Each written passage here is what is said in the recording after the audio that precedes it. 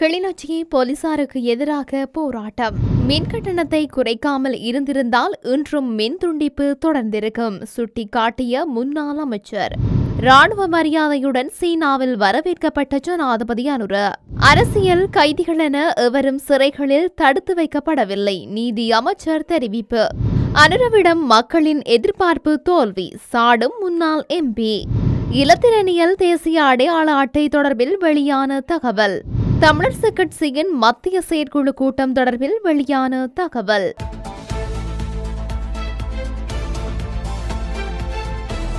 கிளிநொச்சி போலீசார் தாக்குதல்தாரிகள் சிலருக்கு ஆதரவாக இருப்பதாக கூறி சிவசேனா அமைப்பினர் கவனஈர்ப்பு போராட்டம் ஒன்றினை முன்னெடுத்துள்ளனர்.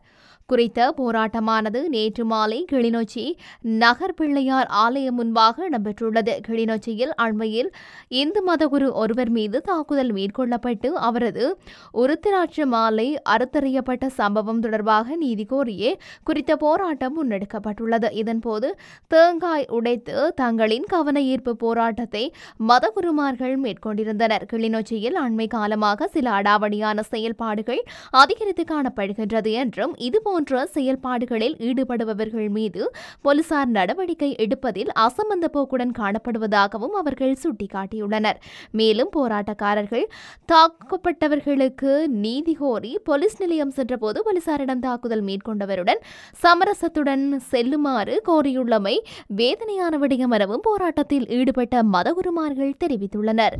2022 ஆண்டு மின் கட்டணத்தை திருத்தம் செய்யாமல் இருந்திருந்தால் இன்றும் மின் விநியோக துண்டிப்பு தொடர்ந்திருக்கும் என முன்னாள் மின்சாரத்துறை ராஜாங்க அமைச்சர் இந்திக அனுருத்த தெரிவித்தார். ஊடகங்களுக்கு அவர் மேலும் தெரிவிக்கையில், சர்வதேச நாணய நிதியத்தை கடுமையாக விமர்சித்த ஜனாதிபதி அனுரகுமார திசாநாயக்க தற்போது நாணய நிதியத்தை தவிர்த்து மாற்று வழியில்லை என்று குறிப்பிடுகின்றார்.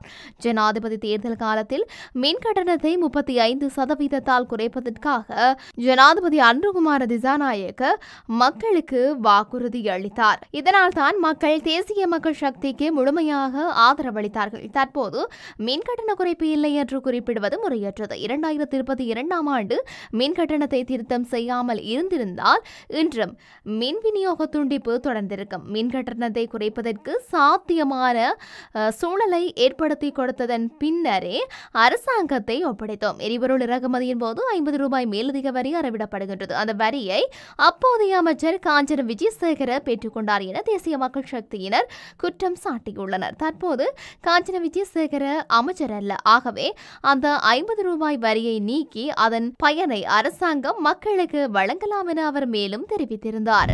சீன ஜனாதிபதி ஷி ஜின்பிங்கின் அழைப்பின் பேரில் சீனாவிற்கு உத்தியோகபூர்வ விஜயம் மேற்கொண்ட ஜனாதிபதி அனுரகுமார திசாநாயக்க இன்று சீன நேரப்படி காலை 10:25 மணியளவில் சீனாவின் பீஜிங் சர்வதேச விமான நிலையத்தை சென்றடைந்துள்ளார். அங்கு சீன பிரதி வெளியுறவு அமைச்சர் சென் சியாடோன் வரவேற்றதோடு சீன ராணுவத்தின் முழு ராணுவ மரியாதையுடன் ஜனாதிபதிக்கு வரவேற்பு அளிக்கப்பட்டது. ஜனாதிபதி அனுரகுமார திசாநாயக்க பயணித்த பாதையின் இருமருங்கும் இரு நாடுகளின் தேசிய கொடிகளால் அலங்கரிக்கப்பட்டிருந்தன. இந்த உத்தியோகபூர்வ விஜயத்தின் போது தொழில்நுட்பம் மற்றும் விவசாய மேம்பாடு, வறுமை ஒழிப்பு ஆகியவற்றை நோக்கமாக கொண்ட பல களப்பயணங்களிலும் பல உயர்மட்ட வணிக கூட்டங்களிலும் ஜனாதிபதி பங்கேற்க உள்ளார்.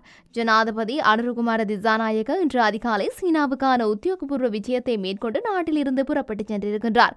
கட்டுநாயக்க விமான நிலையத்தின் சாதாரண பயணிகள் முனையம் வழியாக ஜனாதிபதி மற்றும் தூதுக்குழுவினர் புறப்பட்டு சென்றுள்ளனர். இந்த பயணத்தில் ஜனாதிபதியுடன் அமைச்சர்களான விஜித ஹெரத், விமல் ரத்நாயக்க உள்ளிட்ட தூதுக்குழு ஒன்றும் புறப்பட்டு சென்றுள்ளது. இலங்கை மற்றும் சீனாவுக்கு இடையிலான பல்வேறு ஒப்பந்தங்கள் ஜனாதிபதியின் இந்த விஜயத்தின் போது கைச்சாத்திடப்படவுள்ளதாக தெரிவிக்கப்பட்டுள்ளது.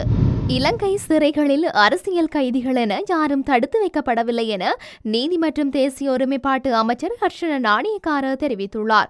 ஊடகம் ஒன்றுக்கு அவர் மேலும் தெரிவிக்கையில், நாட்டில் உள்ள எந்தவொரு சிறைகளிலும் அரசியல் கைதிகள் என்றொருவரும் இல்லை என்பதை நான் முதலில் தெரிவித்துக் கொள்கின்றேன். ஆனால் பயங்கரவாத தடை சட்டத்தின் கீழ் கைது செய்யப்பட்டவர்கள் உள்ளார்கள். இவர்களில் சிலருக்கு தண்டனை அளிக்கப்பட்டுள்ளது. சிலரது வழக்குகள் நீண்ட காலமாகவும் குறுகிய காலமாகவும் விசாரணை சோதனைகளுக்கு உட்படுத்தப்பட்டு வருகின்றது. அந்த வகையில் நாடளாவிய ரீதியில் பயங்கரவாத தடைச்சட்டத்தின் கீழ் கைது செய்யப்பட்டு தடுத்து வைக்கப்பட்டவர்களின் பட்டியலை விரைவாக தயாரிக்கும் நடவடிக்கை முன்னெடுக்கப்பட்டுள்ளது. அந்த பட்டியல் தயாரிக்கப்பட்டதன் பின்னர் அடுத்த கட்ட நடவடிக்கைகளை சட்டமா அதிபர் திணைக்களத்தின் ஆலோசனைகளை பெற்று முன்னெடுப்பதற்கு தயாராகி வருகின்றேன். அரசாங்கத்தினை பொறுத்தவரையில் பயங்கரவாத தடைச்சட்டத்தின் கீழ் தடுத்து வைக்கப்பட்டுள்ளவர்கள் தொடர்பாக இன மத மொழி பேதங்களுக்கு அப்பால் நியாயமாக நடவடிக்கைகளை முன்னெடுப்பதை இலக்காக கொண்டிருக்கின்றது என்றார். புதிய அரசாங்கம் தொடர்பான நாட்டு மக்களின் எதிர்பார்ப்பு தோல்வியடைந்துள்ளதாக முன்னாள் நாடாளுமன்ற உறுப்பினர் SM சந்திரசேன தெரிவித்துள்ளார். அனுராதபுரம் பகுதியில் நேற்று நடைபெற்ற ஊடகவியலாளர் சந்திப்பின் போது மேற்கொண்டவாறு குறிப்பிட்டுள்ளார். இது தொடர்பில் அவர் மேலும் தெரிவிக்கையில், நாட்டு மக்களை பட்டினியில் வைத்துக் கொண்டு நாட்டை தூய்மைப்படுத்த முடியாது. ஜனாதிபதி அனுரகுமார திசாநாயக்க வாய்ச்சொல் வீரரே தவிர செயல் வீரரல்ல என்பதை ஆரம்பத்திலேயே குறிப்பிட்டோம். நாட்டு மக்கள் புதிய மாற்றத்தை எதிர்பார்த்து ஆட்சி மாற்றத்தை ஏற்படுத்தினார்கள். மக்களின் எதிர்பார்ப்பு தோல்வியடைந்துள்ளது. 1,45,000 மெட்ரிக் டன்னுக்கும் அதிகமான அரிசி தொகை இறக்குமதி செய்யப்பட்டுள்ளதாக குறிப்பிடப்படுகின்றது. ஆனால் சந்தையில் அரிசி தட்டுப்பாடு தொடர்கின்றது. விவசாயம் செழிக்க வேண்டும் என்பதற்காகவே தமிழர்கள் பொங்கல் பண்டிகையை கொண்டாடுகின்றார்கள். இம்முறை பொங்கல் பொங்குவதற்கும் பச்சை அரிசி இல்லை. முன்னாள் ஜனாதிபதி ரணில் விக்ரமசிங்க 20 கிலோகிராம் அரிசியை நாட்டு மக்களுக்கு இலவசமாக வழங்கியதால் தான் பச்சை அரிசிக்குரிய தட்டுப்பாடு நிலவுவதாக அரசாங்கம் சிறுபிள்ளைத்தனமாக குறிப்பிடுகின்றது. நாட்டு மக்களை பட்டினியில் வைத்துக் கொண்டு நாட்டை தூய்மைப்படுத்த முடியாது. கோட்டபாய ராஜபக்ச சேதன பசலை திட்டத்தை நடைமுறைப்படுத்தியதை போன்று கிளீன் ஸ்ரீலங்கா செயல் திட்டத்தை நடைமுறைப்படுத்தக்கூடாது என அவர் தெரிவித்துள்ளார். இந்த மாதம் முதல் இலத்திரனியல் தேசிய அடையாள அட்டை வழங்க எதிர்பார்க்கப்படுவதாக டிஜிட்டல் பொருளாதார பிரதி அமைச்சர் இரங்க வீரரத்ன தெரிவித்துள்ளார். கொழும்பில் இன்றைய தினம் நடைபெற்ற ஊடகவியலாளர் சந்திப்பின் போதே அவர் மேற்கொண்டவாறு குறிப்பிட்டுள்ளார். இது தொடர்பில் அவர் மேலும் தெரிவிக்கப்பட்டுள்ளதாவது, புதிதாக வழங்கப்படும் அனைத்து அடையாள அட்டைகளும் இலத்திரனியல் மயமாக்கப்பட எதிர்பார்க்கப்பட்டுள்ளது. அடையாள அட்டைகளை பெறுவதில் ஏற்கனவே குறிப்பிடத்தக்க தாமதம் ஏற்பட்டுள்ளதால் அதை குறைக்க முயற்சிகள் மேற்கொள்ளப்பட்டு வருகின்றது. மேலும் இலத்திரனியல் தேசிய அடையாள அட்டை முறையை உருவாக்குவதற்கு சுமார் 20 பில்லியன் ரூபாய் செலவாகும் என்பதால் அதில் குறைந்தது பாதியையாவது இந்திய உதவி மூலம் பெற முடிவு செய்யப்பட்டுள்ளதாக துணை அமைச்சர் மேலும் தெரிவித்துள்ளார். இலங்கை தமிழரசு கட்சியின் மத்திய செயற்குழு கூட்டம் நடைபெறும் திகதி தொடர்பில் அறிவிக்கப்பட்டுள்ளது. அதன்படி எதிர்வரும் 18ஆம் திகதி திருகோணமலையில் மத்திய செயற்குழு கூட்டம் நடைபெறும் என அறிவிக்கப்பட்டுள்ளது.